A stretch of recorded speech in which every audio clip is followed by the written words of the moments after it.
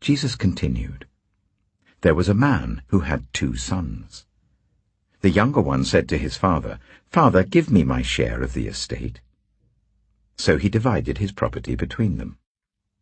Not long after that, the younger son got together all he had, set off for a distant country, and there squandered his wealth in wild living. After he had spent everything, there was a severe famine in that whole country, and he began to be in need. So he went and hired himself out to a citizen of that country, who sent him to his fields to feed pigs. He longed to fill his stomach with the pods that the pigs were eating, but no one gave him anything. When he came to his senses, he said, 'How many of my father's hired servants have food to spare?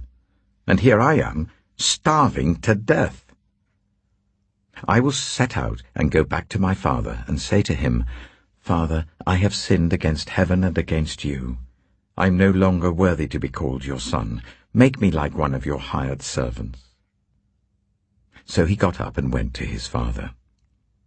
But while he was still a long way off, his father saw him and was filled with compassion for him. He ran to his son, threw his arms around him and kissed him. The son said to him, 'Father, I have sinned against heaven and against you. I am no longer worthy to be called your son.'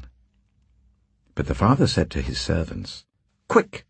Bring the best robe and put it on him. Put a ring on his finger and sandals on his feet.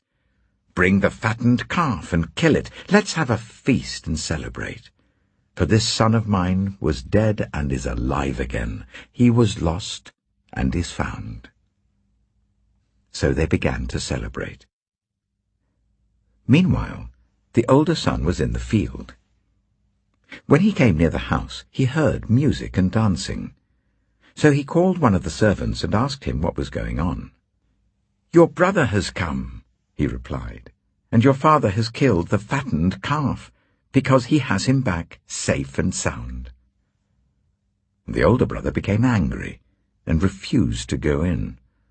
So his father went out and pleaded with him. But he answered his father, 'Look, all these years I've been slaving for you and never disobeyed your orders. Yet you never gave me even a young goat so I could celebrate with my friends. But when this son of yours, who has squandered your property with prostitutes, comes home, you killed the fattened calf for him.' 'My son,' the father said, 'you are always with me, and everything I have is yours. But we had to celebrate and be glad, because this brother of yours was dead and is alive again. He was lost and is found.'